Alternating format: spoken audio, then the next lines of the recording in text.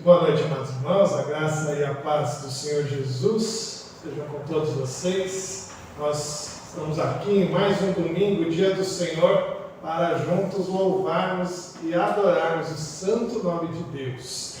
Peço que você abra a sua Bíblia nesse momento para iniciarmos esse culto no Salmo de número 23. Salmo 23. A palavra de Deus, ela é viva, ela é eficaz, a palavra de Deus, ela é transformadora. E mesmo textos tão conhecidos como este, ele pode em um momento da nossa vida realmente nos transformar, mudar a nossa forma de olhar o que ele tem por nós. Salmo de número 23, nós vamos ler ele de maneira alternada, como temos feito normalmente de costume.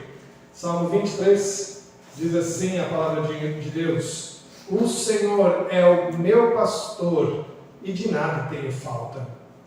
Ele me faz repousar em pastos verdejantes, leva-me para junto das águas de descanso. Refrigera minha alma, guia-me pelas veredas da justiça por amor do seu nome. Ainda que eu ande pelo vale da sombra da morte, não temerei mal nenhum, porque tu estás comigo. O teu bordão e o teu cajado me consolam. Prepara-me uma mesa na presença dos meus adversários. Unge-me a cabeça com óleo, o meu cálice transborda. Bondade e misericórdia certamente me seguirão todos os dias da minha vida, e habitarei na casa do Senhor para todos sempre. Amém, amém. Você que prestou bastante atenção na leitura, viu que no início eu troquei um pouquinho, não é mesmo? O Senhor é meu pastor, como está escrito aí, nada me faltará. Eu li um pouquinho diferente. Eu li o texto: o Senhor é meu pastor e de nada tenho falta. Talvez essa seja a melhor forma da gente entender. O texto não está errado, o português aqui está completamente correto. Mas para trazer a ênfase correta deste salmo como um todo, seria melhor a gente falar: olha, o Senhor é o meu pastor e eu já não tenho falta de nada. Já não preciso de coisa alguma. Não é algo que poderia me faltar no futuro, não. Eu já tenho tudo o que eu preciso. E é pela graça do Senhor, é pela sua misericórdia, é pela sua presença conosco que nós temos essa certeza diante do Senhor, diante do que Ele tem nos revelado. O Senhor é meu pastor e de nada eu tenho falta. Que Deus assim possa ser conosco em nossa vida. Vamos orar? Santo e eterno Deus, obrigado, ó Pai, pela Tua graça bendita, pela Tua bondade, pela Tua fidelidade para conosco, ó Deus, em meio ao que temos vivido, ao que temos passado. Obrigado, ó Deus, porque sabemos que mesmo em meio a lutas difíceis, ó Deus, mesmo em meio a coisas complexas da nossa vida, o Senhor é conosco e de nada nós temos falta. Sabemos que nós podemos andar pelo vale da sombra da morte, mas o Senhor é conosco todos os dias. Obrigado, ó Deus, por sabermos disso. Obrigado porque nós podemos nos reunir aqui, ó Deus, hoje, nesta noite, louvando, adorando o Teu santo nome. Obrigado porque o Senhor nos trouxe aqui hoje, nos preparou para que andássemos, ó Deus, de acordo com a Tua vontade. Que o Senhor possa nos corrigir, que o Senhor possa nos orientar, para que a gente possa, ó Deus, viver uma vida de santidade ao Senhor, orientada por Ti, e que nós, ó Deus, em resposta a Tua graça maravilhosa, possamos entender que esse é o melhor momento da semana, o momento de adorar e de louvar o Teu santo nome. Obrigado por isso, Pai, fica conosco, em nome de Jesus. Amém. Vamos cantar o hino agora, irmãos, hino de número 32. Peço que vocês coloquem de pé. Vamos cantar juntos o hino do Deus fiel às suas promessas.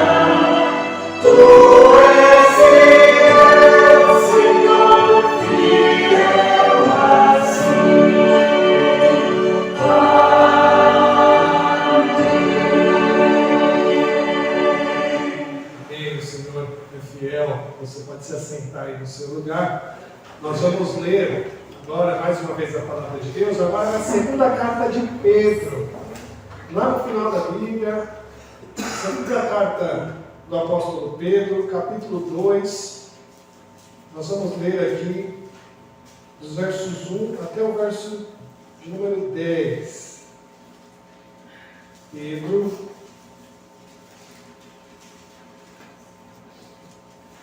a primeira carta, tá, irmãos? Me perdoem, eu escrevi errado aqui mesmo.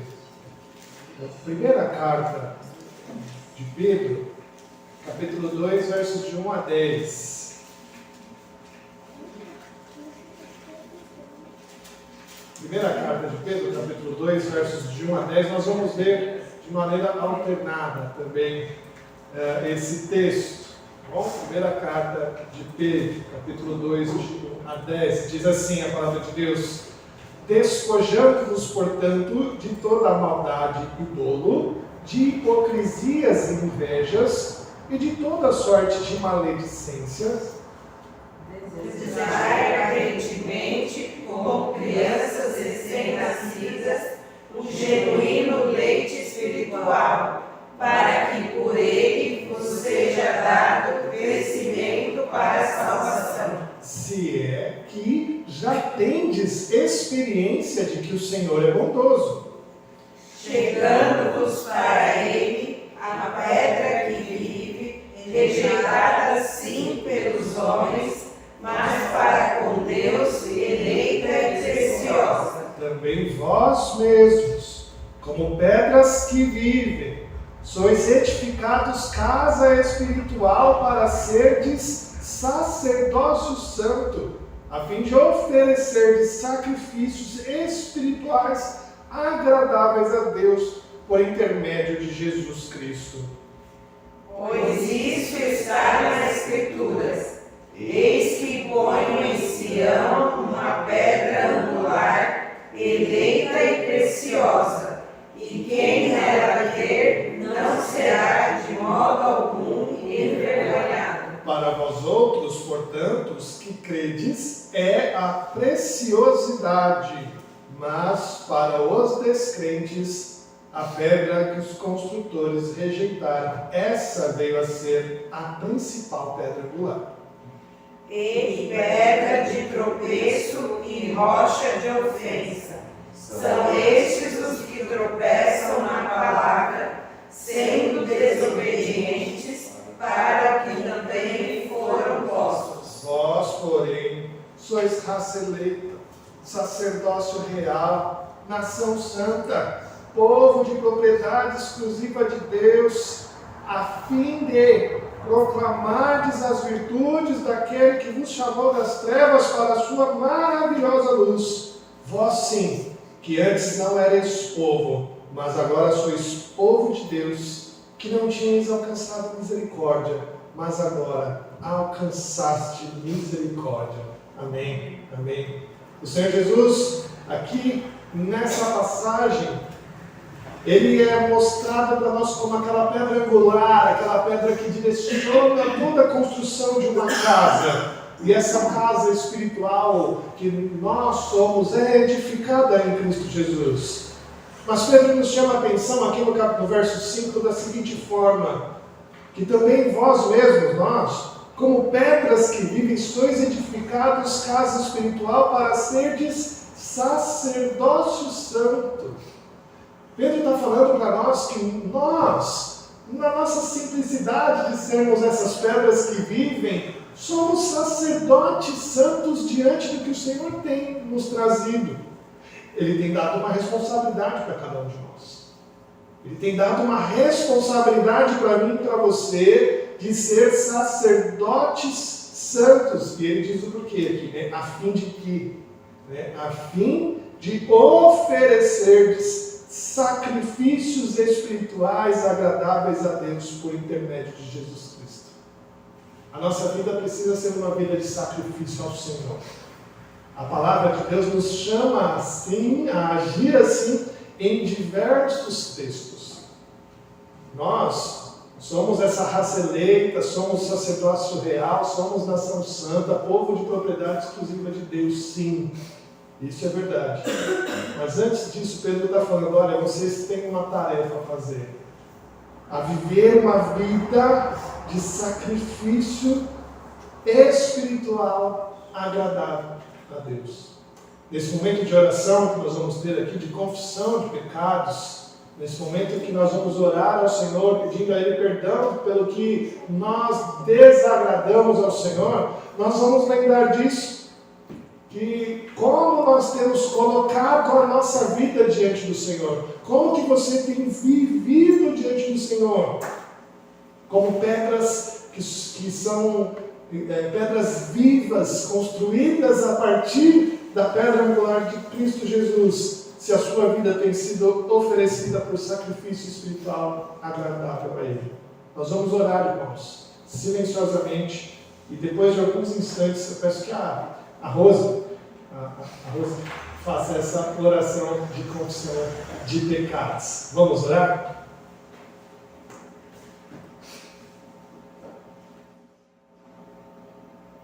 Santo e eterno Deus, neste momento, Pai querido, onde a tua igreja, Deus, se reúne, ó Pai, para te louvar e te agradecer, nós também estamos aqui, Deus, pedindo perdão, ó Deus, por todos os nossos pecados.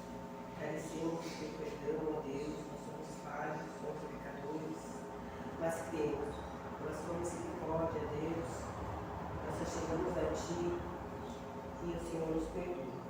Pai de amor e misericórdia, fica com o teu povo, Deus, fica conosco, ó Deus, nesse momento de culto, que seja somente para te louvar e te agradecer.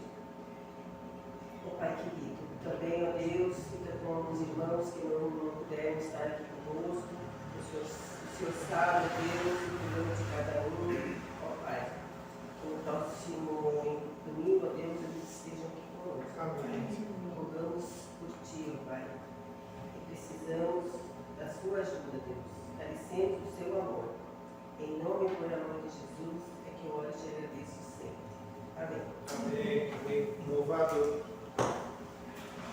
Louvado seja Deus pelo seu perdão, pela sua graça, e nós, alegres por saber disso, pela certeza de que Ele nos perdoa, nós vamos cantar ao Senhor agora alguns cânticos espirituais, louvando a Deus pela sua graça, pela sua misericórdia. Você fique de pé para cantarmos juntos, e aqueles que trouxeram seus dízimos e suas ofertas, esse é o momento de trazê-los ao gasofilácio. Vamos cantar. Nós vamos cantar um cântico já conhecido da gente, né? Vem, esta é a hora da adoração, é o momento que nós devemos adorar a Deus, e que você esteja realmente desejando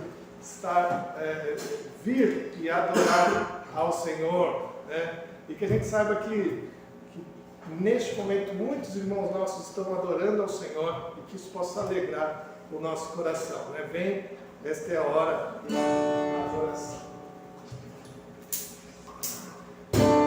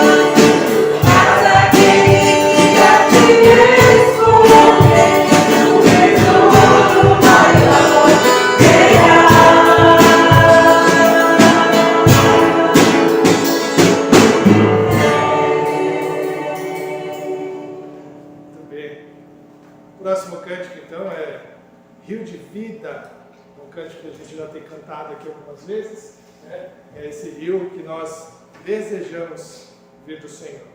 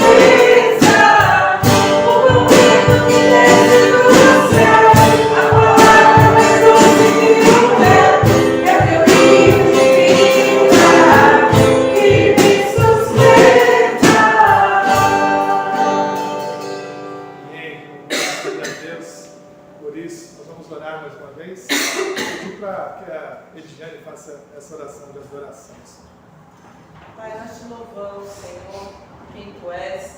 Te louvamos, ó Deus, pelo Deus que o Senhor é, que sempre foi, ó Deus.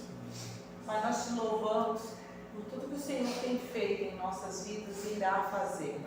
Pai, obrigada porque nós temos esse tempo, nós temos esse lugar, nós temos, ó Deus, a oportunidade de nos render aos Teus pés, ó Deus, e te adorar. Pai, recebe, ó Deus, o nosso louvor, recebe a nossa adoração, Pai, que nós o fazemos neste momento. E fala, ó Deus, ao nosso coração, através do pastor, que possamos ouvir a Tua palavra. Amém. Em nome de Jesus eu oro e agradeço. Amém. Amém. A igreja pode sentar. Agora chama as crianças para que venham à frente, para a gente orar por elas, para que elas possam ter o culto, a linguagem delas, né? É uma alegria. Olha só que belezinha. Hoje é o Ícaro que está em casa por conta da Ivone, a Ivone que está com ele, né? Semana passada as pequenas estavam ruinzinhas, nós oramos por elas, né? E hoje nós vamos orar aí pelo Ícaro, né? O Ícaro, a verdade que está ruim é a Ivone, né? Por isso que eu não pude vir, né? Vou chamar aqui, Sara, vem orar. Sara vai estar conduzindo o culto hoje das crianças, né? Olhe por elas, os nossos enfermos. Senhor Deus, Pai querido, muito obrigado, Senhor, por mais este dia de vida que o Senhor nos deu. Obrigado, Deus, por este lugar onde a gente tem a liberdade de aprender do Senhor, de ouvir da Tua palavra e aprender aquilo que o Senhor quer nos ensinar, Pai. Abençoe, ó Deus, as crianças, que elas possam, ó Deus, aprender de Ti a cada dia, que o Senhor, ó Deus, faça frutificar em seus corações, ó Deus, a Tua palavra, para que elas cresçam, Senhor, nos Teus caminhos, louvando, amando ao Senhor, que é o Salvador da vida delas, ó Deus. Fica conosco, ó Deus, os adultos também, que vão ouvir da Tua palavra, que seja, ó Deus, o Senhor falando através, ó Deus, do pastor nos nossos corações, ó Pai. Comode os nossos corações e nos ajude, ó Deus, a servir sempre ao Senhor com alegria. Muito obrigada por tudo que o Senhor tem feito por nós. É o que nós te pedimos e já te agradecemos em nome e por amor de Jesus. Amém. Amém. Muito bem, podem ir lá. Nós aqui que ficamos, a gente vai para a última parte da carta de Paulo aos Filipenses. Hoje nós encerramos a carta, é o último trecho, lá no capítulo 4. Nós vamos do capítulo 4, dos versos 10 até o verso de número 20. Filipenses já vai deixando saudade aí, né, o tema de servir a Cristo, né, com a carta que o tema é alegria em servir a Cristo, né, servindo a Cristo com alegria. Esse é o tema da carta, né, e foi muito bom termos passado por ela, né, deixando saudade aí, esse tema tão interessante, tão gostoso. E hoje, né, o tema que a gente vai tratar, um tema difícil, né, que é servir a Cristo com o meu dinheiro. Servir a Cristo com o meu dinheiro. Esse é o tema que é proposto para hoje, né? Capítulo 4 da carta de Paulo aos Filipenses, versos 10 a 20. Então, ouça aí a leitura da palavra de Deus com muita fé no seu coração. Alegrei-me sobremaneira no Senhor, porque agora, uma vez mais, renovastes a meu favor o vosso cuidado, o qual também já tinhais antes, mas vos faltava oportunidade. Digo isto não por causa da pobreza, porque aprendi a viver contente em toda e qualquer situação. Tanto sei estar humilhado, como também ser honrado. De tudo e em todas as circunstâncias já tenho experiência, tanto de fartura como de fome, assim de abundância como de escassez. Tudo posso naquele que me fortalece. Todavia, fizestes bem, associando-vos na minha tribulação. E sabeis também vós, ó Filipenses, que no início do Evangelho, quando parti da Macedônia, nenhuma igreja se associou comigo no tocante a dar e receber, senão unicamente vós outros. Porque até para Tessalônica mandastes não somente uma vez, mas duas, o bastante para as minhas necessidades. Não que eu procure o donativo, mas o que realmente me interessa é o fruto que aumente o vosso crédito. Recebi tudo e tenho abundância. Estou suprido, desde que Epafrodito me passou as mãos, o que me veio da vossa parte como aroma suave, como sacrifício aceitável e aprazível a Deus. E o meu Deus, segundo a sua riqueza, em glória, há de suprir em Cristo Jesus cada uma de vossa necessidade. Ora, a nosso Deus e Pai, seja a glória pelos séculos dos séculos. Amém. Vamos orar? Senhor, muito obrigado pela Tua palavra, pela bendita palavra que hoje toca os nossos corações. Que o Teu Santo Espírito, ó Deus, faça-nos compreender o que o Senhor nos trouxe nesta noite. E que nós possamos colocar isso bem guardado no nosso coração. Possamos entender a alegria de servir ao Senhor com todo o nosso ser e até mesmo com o nosso dinheiro. Nos ajude nisso, ó Deus, em nome de Jesus. Amém. A Bíblia Sagrada, sempre que se refere ao céu, ela fala como algo muito precioso, né, de um valor inimaginável. E ela também diz que só os verdadeiramente convertidos podem compreender esse valor. É isso que é interessante. A Bíblia trata o céu como algo de um valor extremamente inimaginável, mas ela diz que só os verdadeiramente convertidos conseguem compreender esse valor, o tamanho dele. Certa vez Jesus propôs uma parábola para tentar exemplificar esse valor. Ele disse assim, lá em Mateus 13:44, o reino dos céus é semelhante a um tesouro no campo, o qual certo homem, tendo-o achado, escondeu. E transbordante de alegria, vai, vende tudo que tem e compra aquele campo. Jesus trouxe essa parábola. Ela é difícil de se compreender também. A parábola, ela era complicada. O Senhor Jesus, ele está dizendo que o reino dos céus é como um tesouro escondido em um campo que nós podemos achá-lo.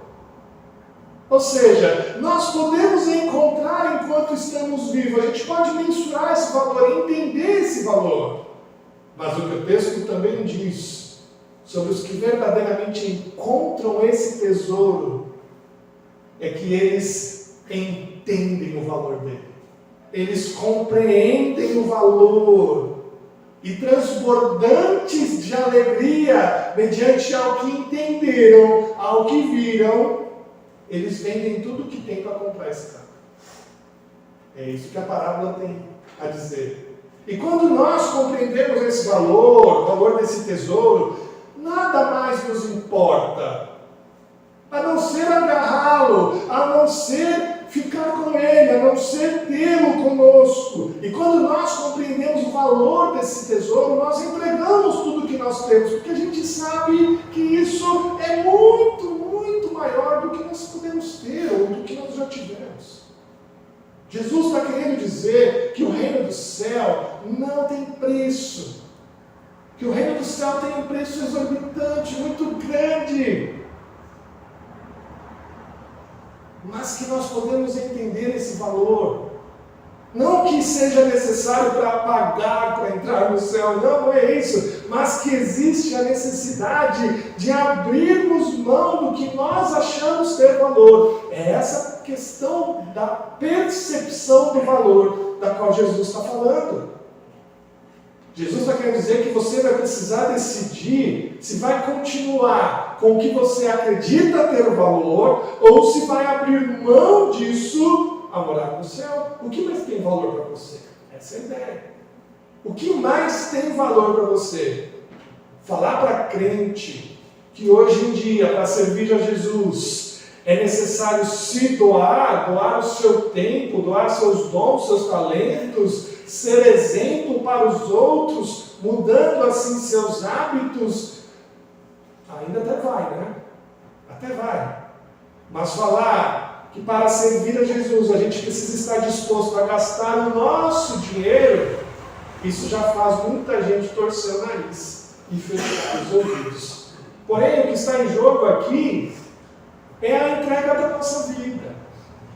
É o entender que, tendo o nosso Deus como nosso pastor, de nada tem falta. É entender que todo o nosso dinheiro faz parte do nosso ser, faz parte de quem eu sou, de quem eu sou para servir.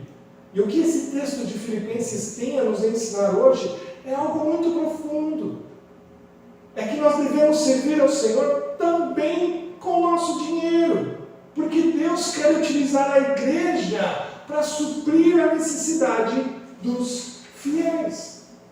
Quando a gente chega aqui no final da carta, olha só, todo o texto, todo o tema principal está no final de uma carta. Sabe por quê? Porque ela era lida por inteiro, não por partes.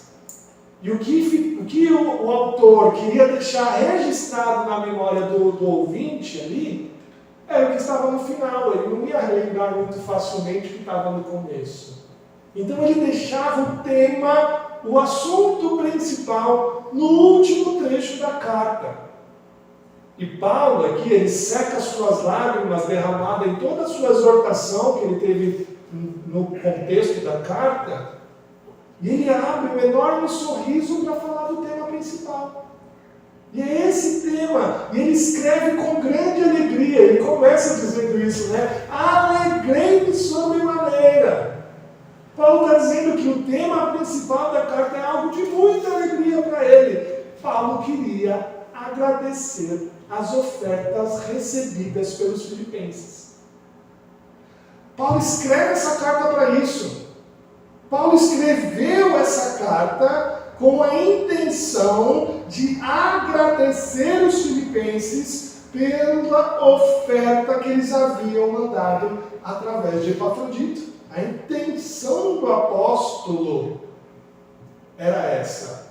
A intenção do apóstolo era demonstrar gratidão pelo que ele havia recebido e que a importância daquele dinheiro na sua vida era tamanho que havia suprido todas as suas necessidades. Paulo diz aqui, né? Verso 10. Alegrei-me sobremaneira no Senhor, porque agora uma vez mais, olha só, uma vez mais, renovaste a meu favor o vosso cuidado, o qual também já tinha antes, mas vos faltava oportunidade. Olha só, Paulo está muito alegre pela oferta, mas ele diz algo muito interessante aqui, ó. A oferta que os filipenses mandaram para ele não foi a primeira.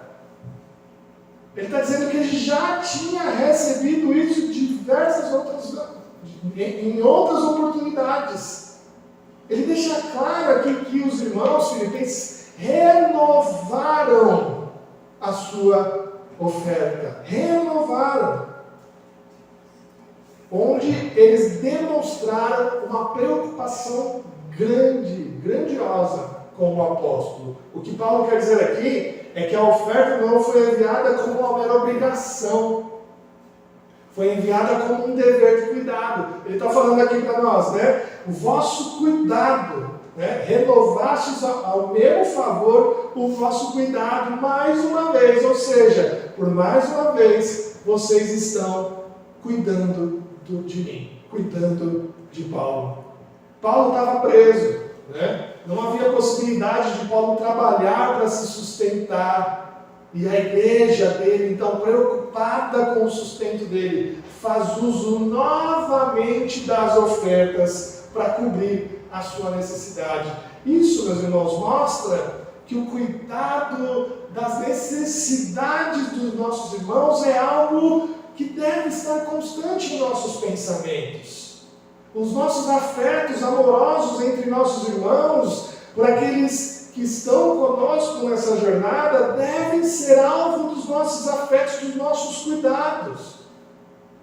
Quando eles observaram, então, a necessidade, né, que havia ali de Paulo preso, não poderia se sustentar, eles levantaram ofertas novamente para renovar o cuidado, e é essa alegria que nós podemos fazer parte ao longo da nossa vida.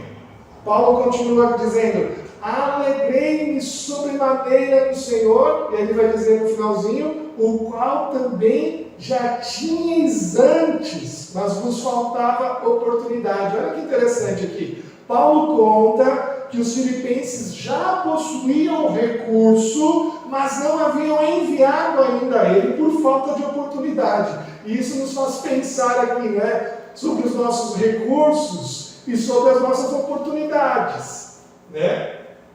Será que os filipenses eram muito ricos a ponto de ter dinheiro sobrando? É claro que não. Se você tem acompanhado aqui a exposição dessa carta, você sabe que os filipenses estavam em perseguição. Os filipenses estavam com problemas no seu comércio, porque por conta de serem cristãos, eles não podiam comprar, não podiam vender, estavam com dificuldades, né? Acredito que existia uma perseguição grande naquela época e eles estavam com problemas para trabalhar.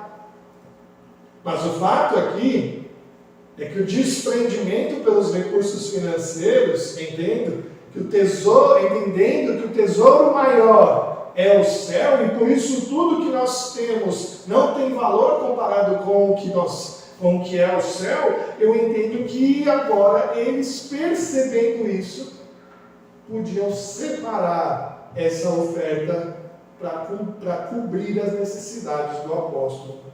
Alguma coisa havia impedido os filipenses de enviarem essa oferta para Paulo anteriormente. A gente não sabe o que aconteceu, mas quando eles tiveram o momento oportuno, eles seguiram com o planejado e enviaram aquela quantidade arrecadada com o Epafrodito. A gente não sabe o motivo que os impediu de enviar anteriormente essa oferta, mas o que a gente tem que se atentar e aprender aqui é que a preocupação e o cuidado com o pastor Paulo, né, estavam sendo levados em conta. Ou seja, eles sabiam da dificuldade, eles sabiam que Paulo estava preso, eles sabiam que Paulo não podia se sustentar com o seu trabalho, e eles estavam preocupados com isso, juntando recursos para tentar sanar essa necessidade, né? A oportunidade de enviar não tinha chegado ainda, mas a preocupação e o cuidado sempre estiveram com eles. Então eles iam guardando para que quando tivessem a oportunidade, eles iriam enviar. Os olhares e as orações eram constantes pelo irmão necessitado. A gente tem que ficar com esses olhares e com essas orações também aos nossos irmãos, atentos a isso, preparados para ajudar, pois quando chegar a oportunidade, nós devemos estar prontos para assim o fazer. Se nós não estamos atentos às necessidades dos irmãos, a oportunidade pode vir e a gente deixa passar. E assim a gente enfraquece o corpo de Cristo, assim a gente enfraquece o nosso próprio corpo e pecamos com os irmãos que estão perto de nós. Há uma necessidade de olharmos, há uma necessidade de observarmos constantemente a necessidade dos irmãos. E nós, meus irmãos, temos que pensar em tais oportunidades como provas que o Senhor Deus nos manda. A gente tem que encarar a vida e a necessidade do irmão como provas de Deus para saber onde está o nosso tesouro.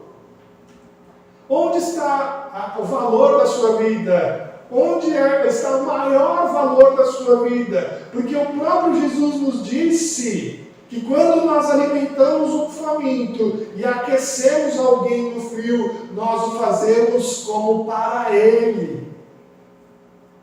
Vou repetir, tá? Porque isso é importante.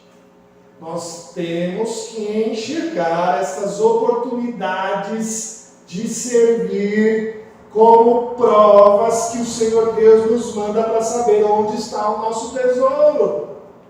Aquela parábola que Jesus disse que o homem encontra um tesouro e ele vende tudo para agarrá-lo. A gente tem que enxergar essas oportunidades da vida, de servir ao Senhor com o nosso dinheiro, como oportunidades de provar a Deus que o nosso tesouro está no céu. E mesmo grato e sobremaneira alegre, Paulo explica que não era o dinheiro que lhe dava essa alegria. Olha só o que ele diz aqui no verso 11, ó. Digo isto, não por causa da pobreza, porque aprendi a viver contente em toda e qualquer situação. Tanto sei estar humilhado, como também sei ser honrado. De tudo e em todas as circunstâncias já tenho experiência, tanto de fartura como de fome, assim de abundância como de escassez. Tudo posso naquele que me fortalece. Paulo não está falando que a sua alegria é por conta da oferta recebida. Porque ele diz claramente, eu sei viver na pobreza, eu sei viver na fome. A alegria de Paulo aqui é evidente pelo recebimento das ofertas, ou seja, a necessidade que ele possuía do dinheiro também fica clara aqui no texto. Ele precisava das ofertas, é evidente isso, mas ele deixa claro que não é o dinheiro que lhe dá forças para viver. O que Paulo quer dizer aqui é que o dinheiro não era a sua fonte de alegria, porque sem ele poderia viver normalmente, nas suas situações adversas, e ele ainda estaria satisfeito. O Senhor é meu pastor e de nada tenho falta. Essa fala no versículo 12 aqui expressa para nós que em qualquer circunstância ele está contente, satisfeito. Ou seja, mesmo na ausência de suprimento como na abundância dele, ele sabia viver satisfeito. Isso já é algo muito difícil para a gente aprender. Viver satisfeito em toda e qualquer situação é muito complexo para a gente aprender. A gente deveria ter isso mais em conta. O Salmo 23, que nós tanto conhecemos, deveria fazer mais parte da minha consciência, da minha forma de vida. Mas não se engane achando que Paulo era um robô ou uma estátua que não precisava do recurso. Ele precisava. Ele era um ser humano de carne e osso como eu e você. Ele sentia fome como eu e você. Ele sentia frio como eu e você. Ele sentia solidão. Ele disse isso, que ele sentia falta daqueles que haviam desamparado ele no meio do caminho. Tudo que nós podemos imaginar, até mesmo que a gente nunca vai conseguir imaginar, porque Paulo, você sabe bem disso, ele sofreu açoites, Paulo sofreu apedrejamentos, coisas que eu espero que a gente nunca sofra. Mas o que ele quer dizer aqui é que a sua fonte de suficiência era espiritual. Ele experimentou o que Jesus disse lá em João 6,35: eu sou o pão da vida, o que vem a mim jamais terá fome, o que crê em mim jamais terá sede. Paulo experimentou isso. A gente precisava aprender mais isso. Passar por necessidades e ainda permanecer calmo e em paz é algo que só aquele que experimenta Cristo como o único verdadeiro pastor pode entender. Isso é uma lição muito importante para nós hoje. A vivermos satisfeito diante de todas as situações, independentemente da situação. As nossas forças devem vir do Senhor para nós. E a gente deve aprender a viver contente nela. Talvez isso que Paulo tenha aprendido aqui quando ele disse: a minha graça te basta, porque o poder se aperfeiçoa na fraqueza. Talvez ele tenha aprendido aí. A minha graça te basta, Paulo. A minha graça te basta. O poder se aperfeiçoa na fraqueza. Meus irmãos, muitas vezes nós somos levados a passar por dificuldades na vida, para que nelas nós possamos aprender que tudo está na mão de Deus, e assim, de fato, nós vamos ser aperfeiçoados no seu poder, acreditando mesmo que a sua graça nos basta. Talvez é só nesse momento de dificuldade, de extrema urgência, é que no fundo a gente vai aprender, calma, minha graça te basta. O cuidado de Deus para conosco, muitas vezes vem através dos irmãos, da igreja. Às vezes o cuidado e a renovação do cuidado vem através daqueles que são nossos irmãos em Cristo, que passam por necessidade. O nosso papel como família de Deus, que ama, que cuida, que ora, é cuidar e renovar o cuidado. Paulo nos ensina, meus irmãos, isso. E ele também nos ensina a viver contente com qualquer situação. Olha, observe mais teus irmãos aí. Observe mais quem está precisando, quem está necessitado de alguma coisa. Olha, saiba viver com pouco, saiba viver com muito, saiba viver satisfeito em qualquer situação. Mas Paulo diz aqui no versículo 14, que essa oferta foi bem recebida. Olha aí comigo de novo.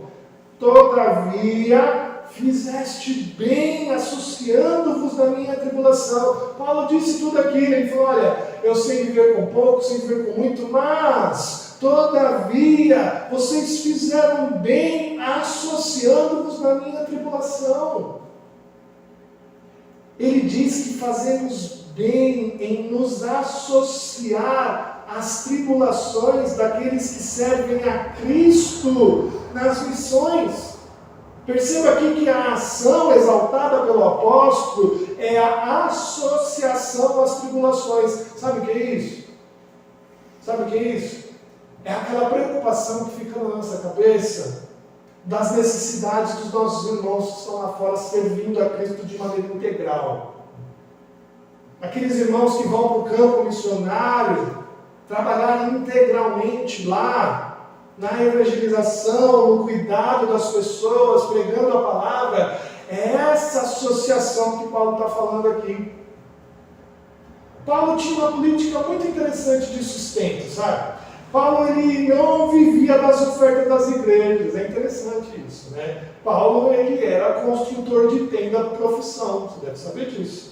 Paulo ele construía tenda para se sustentar. O texto de Atos diz lá no seu capítulo 18, ele conta que Paulo, lá em Corinto, ele se associou com Áquila e com Priscila, que eram um casal construtores de tenda. Áquila e Priscila, empresários, construtores de tenda, e Paulo começa a trabalhar ali junto com eles. E o texto diz que somente aos sábados ele então ensinava nas sinagogas. Paulo tinha essa característica, era a sua política de sustento.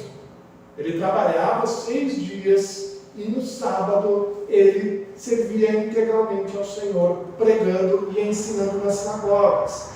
Mas o texto também diz lá em Atos, no capítulo 18, que depois da chegada de Silas e Timóteo da Macedônia, que eles entregaram ali, depois da chegada de Silas e Timóteo da Macedônia, ele se entregou por completo na obra evangelística. O que é isso? O que isso quer dizer? Provavelmente, Silas e Timóteo trouxeram uma oferta das igrejas da Macedônia. E com essa oferta, possibilitou Paulo alargar sua profissão para se entregar totalmente ao serviço da igreja. Paulo então se alegra nisso. Antes ele só tinha o sábado para ensinar. Agora Paulo afirma, em 2 passagens, que ele estava alegre em servir a Cristo todos os dias da semana. E Paulo afirma em 2 outras passagens, em 1 Coríntios, capítulo 9, verso 12, 2 Tessalonicenses, capítulo 3, verso 9, que é um direito do missionário receber seu sustento das igrejas, porque ele trabalha para isso, e nós devemos nos associar com eles. E ele afirma isso ainda pensando não no benefício do missionário, mas no benefício da igreja. Paulo está falando claramente que o benefício, quem tem o benefício de se associar ao missionário lá fora, é a igreja. É a igreja.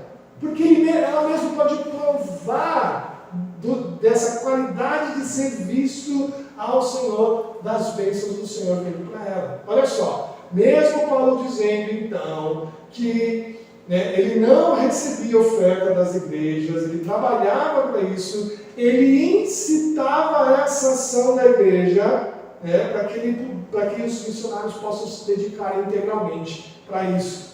Por isso ele elogiou a atitude dos filipenses aqui. Ele elogia aos filipenses por terem associado a ele nas suas tribulações. Olha o que ele diz aqui das outras igrejas no verso 15, olha só. E sabeis também vós, ó Filipenses, que no início do Evangelho, quando parti da Macedônia, nenhuma igreja se associou comigo no tocante a dar e receber, senão unicamente a vós outros. Paulo está dizendo aqui que no início do Evangelho, no início da vida cristã da igreja de Filipos, é claro, nesse início, nenhuma igreja se associou com ele ao dar e receber, ou seja, Paulo está dizendo que as igrejas queriam o trabalho de Paulo de pregar o Evangelho, mas não queriam se associar com ele, não queriam se associar em seu sustento, a não ser os próprios filipenses. As tribulações, meus irmãos, dos missionários em campo são diversas. Os missionários que hoje vivem de maneira dedicada em países distantes, longe de sua família, longe do seu contexto cultural, meus irmãos, eles abandonam tudo para se entregar por completo a servir a Cristo. E Paulo está dizendo aqui que cabe a nós, o que já fomos alcançados, a nos associar a eles para dividir essa tribulação. É isso mesmo. O texto diz que nós devemos dividir com eles essa tribulação. É isso que significa se associar. É dividir essa tribulação. Paulo não está falando para a gente enviar os missionários com o que sobra da nossa receita, do nosso ordenado. Ele está dizendo que nós devemos nos associar às suas tribulações. Associar a tribulação do missionário significa partilhar as suas dificuldades, é isso mesmo. É prestar atenção no que está sendo difícil lá e, juntamente com isso, dividir essa dificuldade. Se o missionário está passando por uma dificuldade, eu vou dividir com ele essa dificuldade para que não seja pesado para ele naquele momento de serviço. A gente tem um péssimo hábito como igreja de mandar para missões tudo que não presta.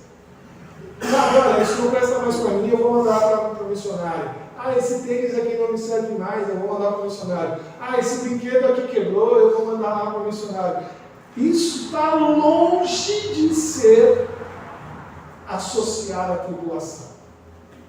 A gente precisa aprender, meus irmãos, a ofertar mais, para que de fato a gente possa sentir sermos sócios dos missionários, para que ele se sinta suprido por nós, e para que nós possamos nos alegrar com os frutos do Evangelho e do trabalho dele. É isso que Paulo está tentando explicar para a gente, que nós vamos nos alegrar com ele quando nós nos associamos a ele em suas tribulações. Se de fato o nosso tesouro é o reino do céu, nós não vamos achar pesado e investir até mais do que nós pensamos nas missões.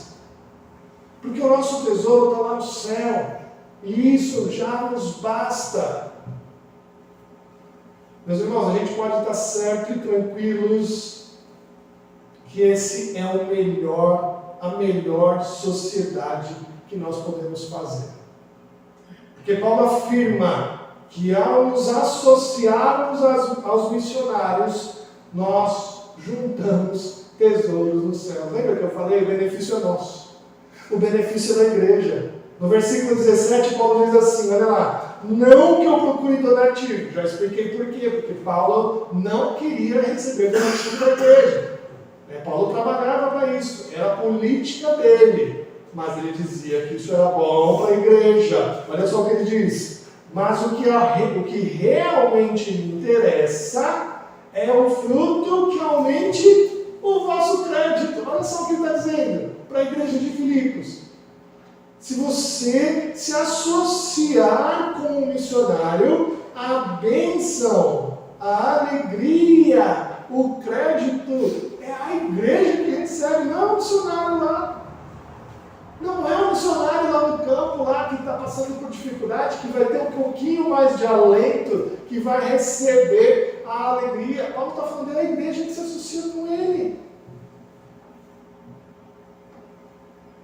Mas o mais importante que nós devemos entender é que isso não é só Paulo que diz. Provérbios 11:25 vai dizer, a alma generosa prosperará, a quem dá a beber será descedentado. O Provérbios está falando, olha, quem dá de beber que é descedentado, não é aquele que recebe. Provérbios 19:17 diz, quem se compadece do pobre, ao Senhor empresta. Ou seja, está dizendo, olha, não é o pobre que se beneficia, é você quem dá.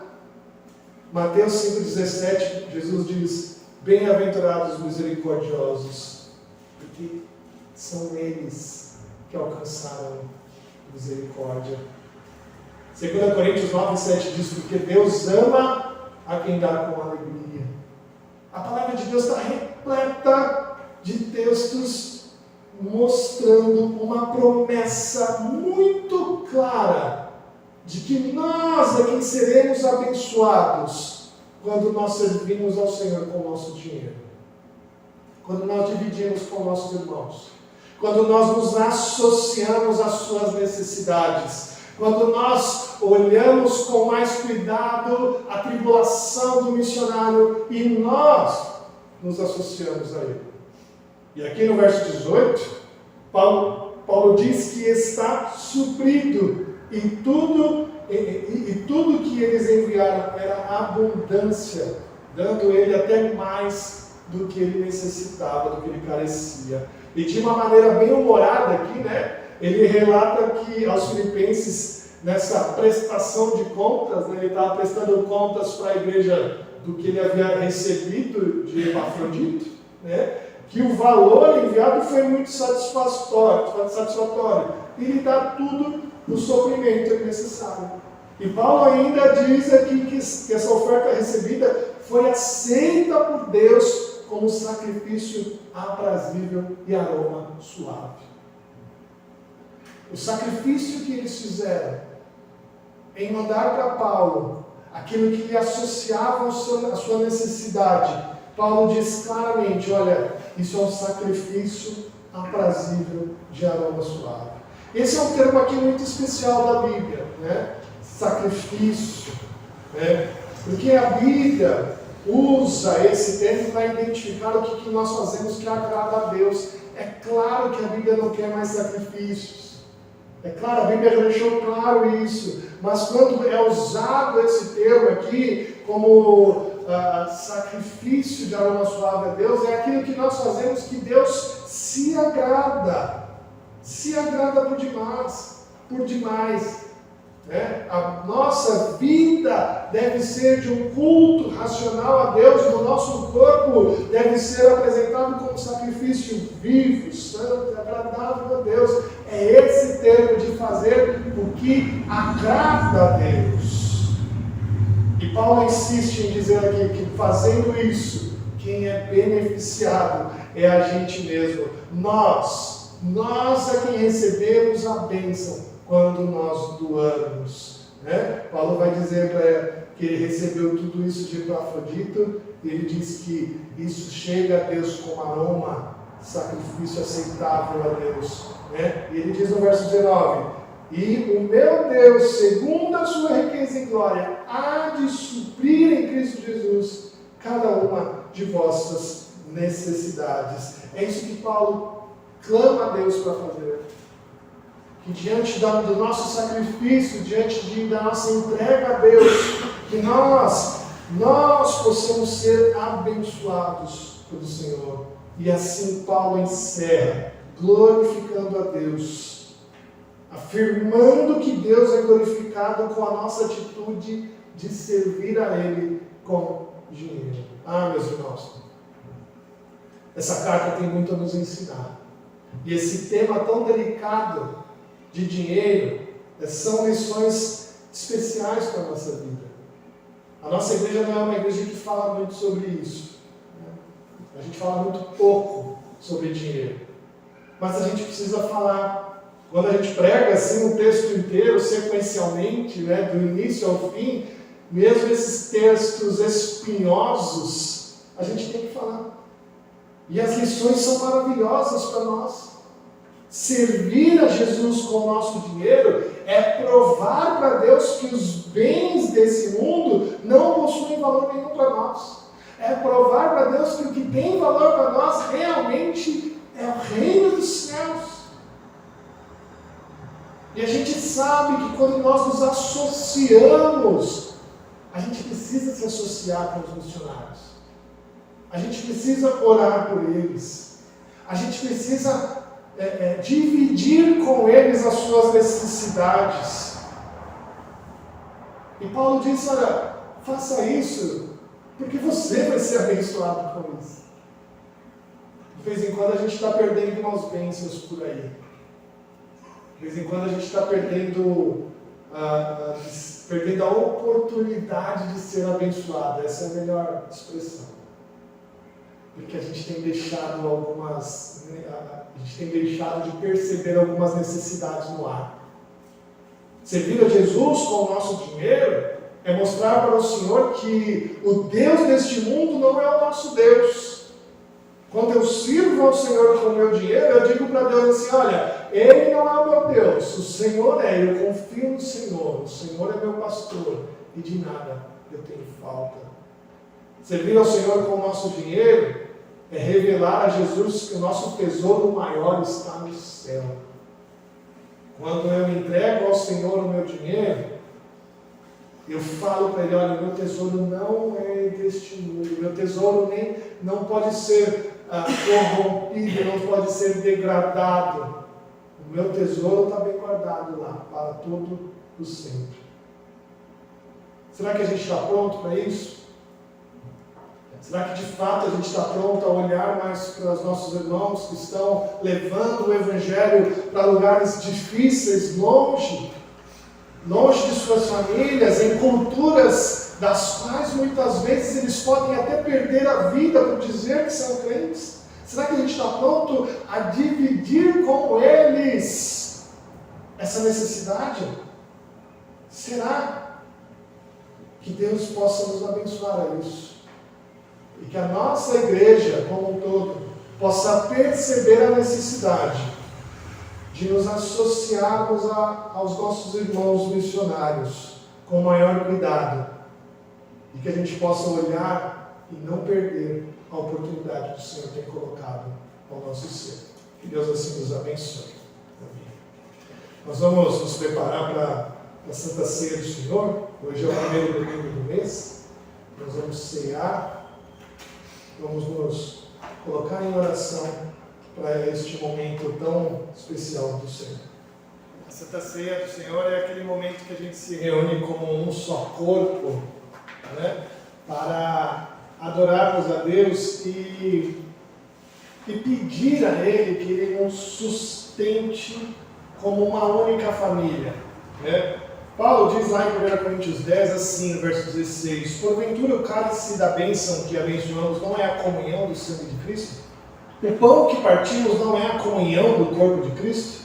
Porque nós, embora muitos, somos unicamente um pão, um só corpo, porque todos participamos do único pão. Quando a gente for cear essa noite, irmãos, que a gente possa não só lembrar do sacrifício de Jesus Cristo por nós, ao morrer e nos resgatar na sua morte e na sua ressurreição, mas que possamos lembrar também que quando Cristo faz isso não só por mim, quando Cristo faz isso por mim, Ele faz isso não só por mim, mas por todos aqueles que confessam a mesma fé. E é esses que Paulo estava dizendo para a gente se associar. Então, quando você cear essa noite, que você possa lembrar que este pão que nós estamos ceando, este pão consagrado ao Senhor, é o mesmo pão que os nossos irmãos estão comendo também. Porque é um único pão, nós fazemos parte deste único pão, deste único corpo. O Senhor Jesus, na noite que foi traído, Ele tomou o pão, deu graças, o partiu, entregou na mão deles, as suas mãos se tocaram, os seus olhares se tocaram, e isso mostrou para eles que eles estavam unidos agora, tanto na morte como na ressurreição de Cristo. E que nós estamos unidos dessa forma, não tem jeito. Todos aqueles que confessam a fé em Jesus Cristo agora estão unidos neste único pão e neste único corpo. E que a gente possa saber se associar com eles com o maior carinho. Que a gente possa perceber melhor as suas necessidades e assim cearmos juntos.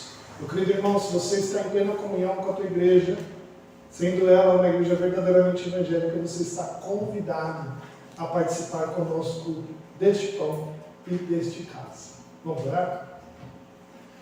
Senhor Deus, nós te agradecemos, Pai, por podermos mais uma vez cear juntos, meu Deus. Obrigado, Deus, porque neste primeiro domingo do mês nós podemos estar aqui juntos para celebrarmos a Santa Ceia do Senhor. Ó Deus, obrigado, Deus, por isso, que possa ser um alimento especial para cada um de nós, para que nos alimente, para que nos fortaleça, para que traga em nós a lembrança de que somos agora um único pão, um único corpo, e que nós possamos, ó Deus, olhar com maior cuidado aqueles que necessitam, aqueles nossos irmãos que estão necessitados neste momento, ó Deus, e que o Senhor nos mostre o caminho que nós devemos tomar ao nos associar com aqueles que estão no campo, ó Deus. Nós te agradecemos por isso, ó Pai. Nós separamos esses elementos do uso comum para o uso sagrado da Santa Ceia do Senhor. E que eles possam ser usados, ó Deus, por Ti, como um sinal evidente da Tua graça invisível, ó Pai. Nós te agradecemos em nome de Jesus. Amém. Você que vai participar, por favor, fique de pé no seu lugar e receberemos a bênção do Senhor. Porque nós, embora muitos, somos unicamente um pão no Senhor. Somos unidos com os nossos irmãos em toda a parte do mundo. Unidos com Ele nessa fé maravilhosa e na graça do Senhor Jesus. Podemos comer dele todos no Senhor.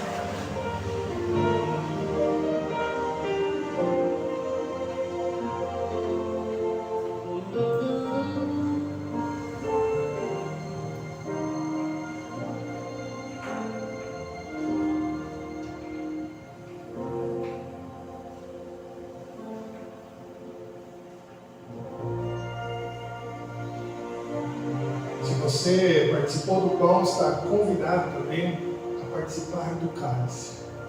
Depois de haver cenado, o Senhor Jesus toma o cálice e tendo dado graça, diz: esse cálice é a nova aliança no meu sangue. A nova aliança que nós temos agora em Cristo Jesus, que nos fortalece, nos dá forças a continuar, a nos associar aqueles nossos irmãos que tanto carecem dessa necessidade, de tantas outras necessidades. Nós somos lavados por este sangue e é certos disso que nós podemos ter a força para continuar essa missão que o Senhor nos colocou em fazer. Podemos tomar ele todos, disse o Senhor.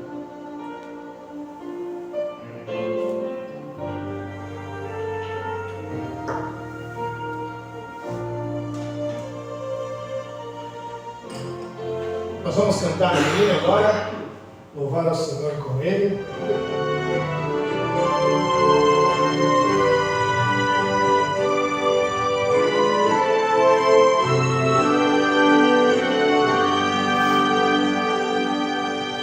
Oh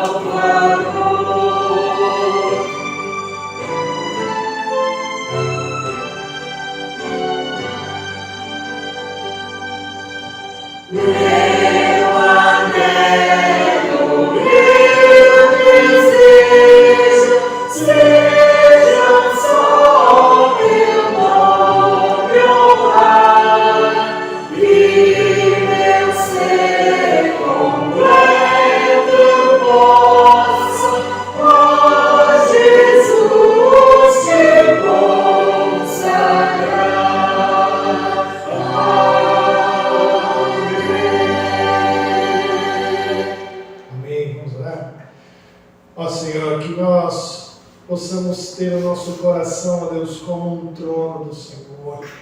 Como este hino disse, ó Deus, que o nosso coração possa ser transformado no trono a Ti, ó Deus. Que o Senhor possa fazer morada por completo em nós. Que o nosso coração possa ser tomado pelo Teu Santo Espírito. E que nada mais, ó Pai, possa ter valor para nós, a não ser o Senhor fazendo morada em nosso coração. Ó Senhor, muito obrigado por isso. Obrigado por nos ensinar isso nesta noite. Que realmente isso possa fazer sentido em nosso coração. Que isso realmente possa fazer-nos completos em Ti, ó Deus, satisfeitos no Senhor. E que nada mais, ó Deus, possa nos interferir nisso. E que a gente possa saber contribuir mais, que a gente possa ser mais generoso ao contribuir, para que possamos nos associar, ó Deus, com aqueles que carecem de Ti, com aqueles missionários, ó Deus, que estão lá fora, ó Deus, hoje lutando, batalhando, para que muitas e muitas pessoas conheçam o Teu santo nome, ó Deus, e que nós possamos fazer parte dessa alegria, que nós possamos ser abençoados por Ti em fazer parte desta associação. Obrigado, Senhor, por isso. E que o Senhor nos fortaleça a compreender isso, nos alimente e nos dê a Tua graça. Ó Pai, nós clamamos e intercedemos por todos os nossos irmãos queridos, ó Deus, desta igreja. Abençoe aqueles que estão enfermos, ó Deus. Abençoe Dona Nair, que está se recuperando. Abençoe Iraci, ó Deus, que tem cuidado dos seus ali, ó Deus, dê força a ela, revigoro. Abençoe a Ivone, ó Pai, que está com dengue, ó Deus, cuida dela. Do Elson, ó Deus, recém-operado da catarata. Cuida deles, do Ícaro, ó Deus. Cuida de tantos outros, ó Pai, que carecem de si, do seu benefício nesse momento tão difícil. Temos o esposo da Liliane, ó Deus, enfermo, o seu filho também. Cuida deles, ó Pai, dê graça a eles. Nosso Senhor, cuida da Eunice também, dos seus familiares. Dê a sua bênção a todos, ó Deus, ali. Ó Senhor, nos lembrando também da Didi, ó Deus, esposa do evangelista Géser, internada nesse momento, ó Deus, na UTI. Cuida da nossa irmã, ó Deus. Dê revigor aos seus pulmões, ó Deus, que ela possa melhorar, que ela possa sair da UTI, ó Deus, ter o contato ali com os seus. Obrigado porque Joaquim tem melhorado a cada dia, ó Deus, ainda é internado, mas ganhando peso. Cuida deles, ó Deus, ali, daquele lugar. Abençoa-os, ó Pai, em nome de Jesus. Nosso Senhor, são tantos outros. Nós pedimos que o Senhor cuide de cada um deles, ó Pai. Que abençoe, conforte, console nossos corações dolidos, ó Deus. É o que nós te pedimos.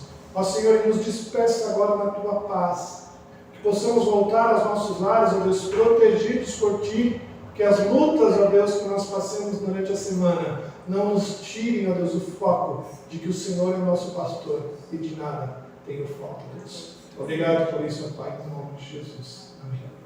Quem da família de Deus aqui reunida, ide em paz. Ide em paz. Que o Senhor Deus, o Deus da aliança, ilumine o seu caminho e que o amor do Pai, a graça do nosso Senhor Jesus Cristo, a consolação do Espírito Santo de Deus esteja com você hoje e para todos sempre. Amém.